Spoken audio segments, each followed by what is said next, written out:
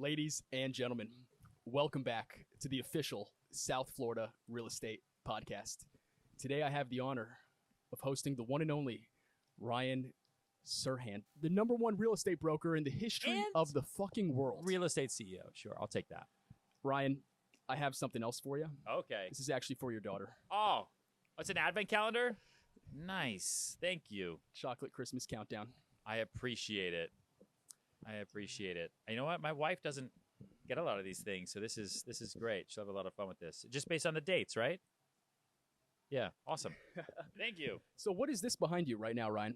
Oh, this little thing? Yeah. So here I am at this open house at 1005 Doubloon here on Hutchinson Island, and this guy comes up, meet him for the first time, and he gives me an award that says the greatest fucking CEO in the history of the world, Ryan Serhant. And so I will 100% carry this around. Now, in big the shoulders. in Big Money Energy, that chapter changed my life. Oh, really? When you were being casted and you were nervous, Yeah. but you said, listen, when you're scared, do it anyway. Yes, 1000%. So what's the worst that's going to happen? You know, it's like anything. Like there's that Richard Gere movie, Pretty Woman, right? Yeah. Richard Gere, Julia Roberts. Yeah. He's got a line in there where like there's a girl that he was in love with, and he never told her. You know, he never went up to her, never told her. He was always too nervous. He was always too scared. What if she says no? Oh my gosh. And one day, years and years off in the distance, he's married, she's married. They meet each other again, and he brings it up, and she starts crying because she's like, "Why didn't you ever tell me that?" Yeah. He's like, "Well, I thought you would have." She's like, "You should have just told me." So, it's like anything, right? You have an opportunity, take it. I think you know, good luck comes from hard work, right? And you want to work so hard that you make good luck easy to find. That is so money right there. Now, I wanted to ask you a question about fatherhood since I had my son about 2.5 months ago. I saw. Congrats. Thank you.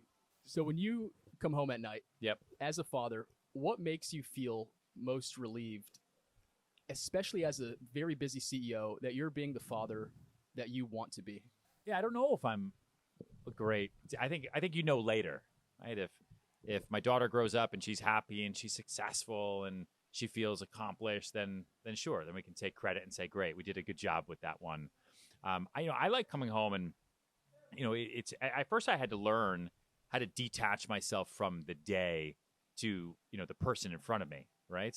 And I have to forget, like, she hasn't been in my brain all day, and she's a baby, and now she's 4, and so she's always so excited to see me. It's like a puppy. He gets home and it's like, oh my God, so excited to see you. But you're so tired. You're like, oh God. And you have to, you kind of have to then put on that dad costume and be prepared. But it's fun though, because every time I see her face, she reminds me that like life isn't just work. Yeah. Speaking of that, you or an actor, if you could play anybody in a movie, who would you be? Tom Brady. Why? Because I grew up watching him. I grew up outside Boston. I remember when Drew Bledsoe went down in that game against the Jets. And I remember when he came in and he was the 199th draft pick. I mean, his story is it's classic, and it's super motivational. And you can hate the Patriots all you want. You can hate Tom Brady, but you got to acknowledge that story.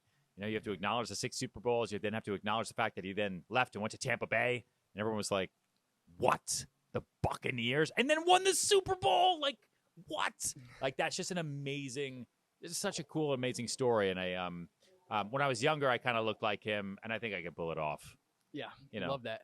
So I wanted to tell you something personal. Okay. So when I was 17 years old, I was watching $1 Million Listing New York, and I saw your commission check on one of the episodes. Yeah. And I saw this guy who was just being authentic and just being himself, and it seemed like you were just really loving life, but really working hard. And at that time, the only 2 things in life that I loved were real estate and finance. Mm-hmm. So when I was 18, I became the youngest mortgage broker. This is insane. Wow. I think this is the final test. Is it though, or are they going to do that on every speaker? Is it a nuclear test? It's a nuke. Wow. Can you hear that? Can you hear that? This time, are you sure these microphones pick that up? it like a tsunami? Is that what it is? Is it like North Korea coming? What does it do with that siren? At least this is memorable. Yeah, right. I will remember this. I don't even know where that. God.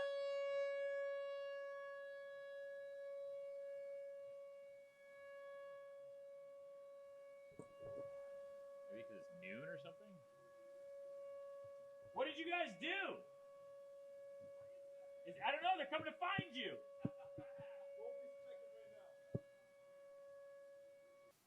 Anyways, Well, listen, I want to be respectful of your time. I'm very I'm sorry that it's happening in the background. Allow me to send one thing Take your before I time. No, forget. take your time. Yeah.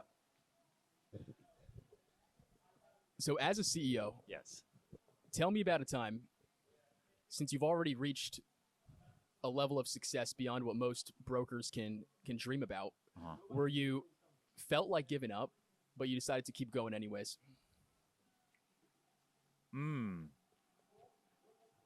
I think earlier in my career, I definitely had that feeling all the time. Those early days are hard. Like your first 3 years in the business, you're going to quit once a month, right? Maybe once a week. For me, it was like once a week because you get lied to by a client and then you're like, what the fuck am I doing? Or you get a listing, you work your ass off on it for 6 months and then they would just pull it or they change their mind and you don't get paid. And I would look at all of my friends, every other job out there. I'm like, if there's a lawyer, you get paid by the hour. If you're a doctor, you get paid no matter what.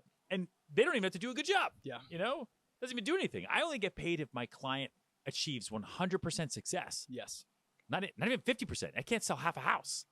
So every other job that I saw, you got paid for your time. And if you did a great job, you get paid more for your time. And then you would get more jobs, contractors, etc. Yeah. In sales, it's like the only career where you have to achieve 100% success for your customer. And then, only then, you might make an income and be paid for your services. So like, that was tough to understand those first couple years. You end up working a lot. But then I flipped it in my brain. I was like, you know what? That's okay. If I was a lawyer, I would go to law school for 2 years. If I was that, I would have to go to grad school for 3 years. And so this is my grad school. Yeah. Right? Your first 3 years of your grad school. If I'm actually making money, bonus. Everything else is just learning. Every failure, that's a class, that's a test, that's a final exam. And when I started looking at it that way, I was like, oh, okay. So I'm not saying take this personally. I just didn't do well on that final exam, but I'm going to remember it and write it down so I never forget what I learned from those moments. But I don't quit now.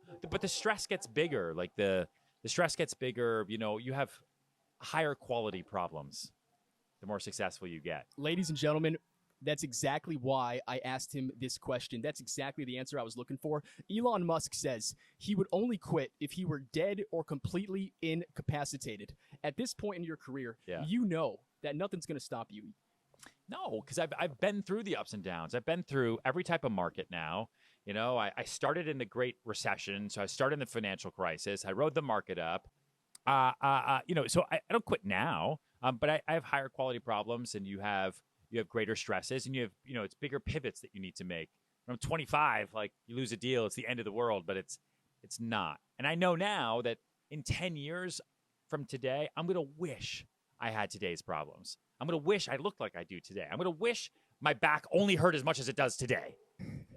You began your career in the hardest market of real estate in modern history since the Great Depression. What advice do you have for realtors out there right now who think it's a tough market, even though it's really just a low inventory market, but it's nothing like it was in 2008? Yeah, this is not a tough market. This is a tough market relative to last year. That's what I'm saying. It doesn't mean anything. Like this is nothing compared to the 90s, 80s. Like everything is relative. Everything is relative. I'm telling you, you just got to stick through it.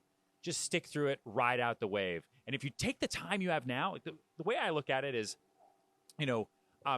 life just gave us a gift, which is less inventory to sell. You have more time. Yes. Because when the market's firing, you have no time to focus on the business. All you're doing is spending all your time in the business, right? Because you wake up, you have calls, you have meetings. It's great. When it rains, grab your fucking buckets, okay? But when it's not raining, what do? You go and garden. You get everything ready for when the rain is going to fall. So and that's what frustrates me so much. People sit and they complain all day long. They want rain. I'm like, but when the rain finally comes, what's it going to water?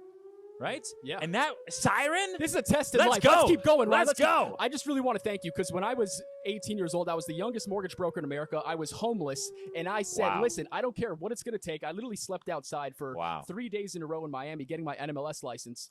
All right, now I'm 26. I have 11 loan officers. I only started recruiting literally a month ago. I went from 3 to 11. And Wow. I Dude, you're promise going to you, ride the wave up the same way that I did, man. It's going to be awesome. we're going to be the #1 lender in Florida within 2 years. I guarantee you. Cheers. Hey, thank you so much for your time, Ryan. You are course. an absolute animal. This was a dream come true. I I'll appreciate see you it. next time as well. Thank you. Sorry. You're such a nice guy for Sorry this. about but the yeah, thing. it's okay.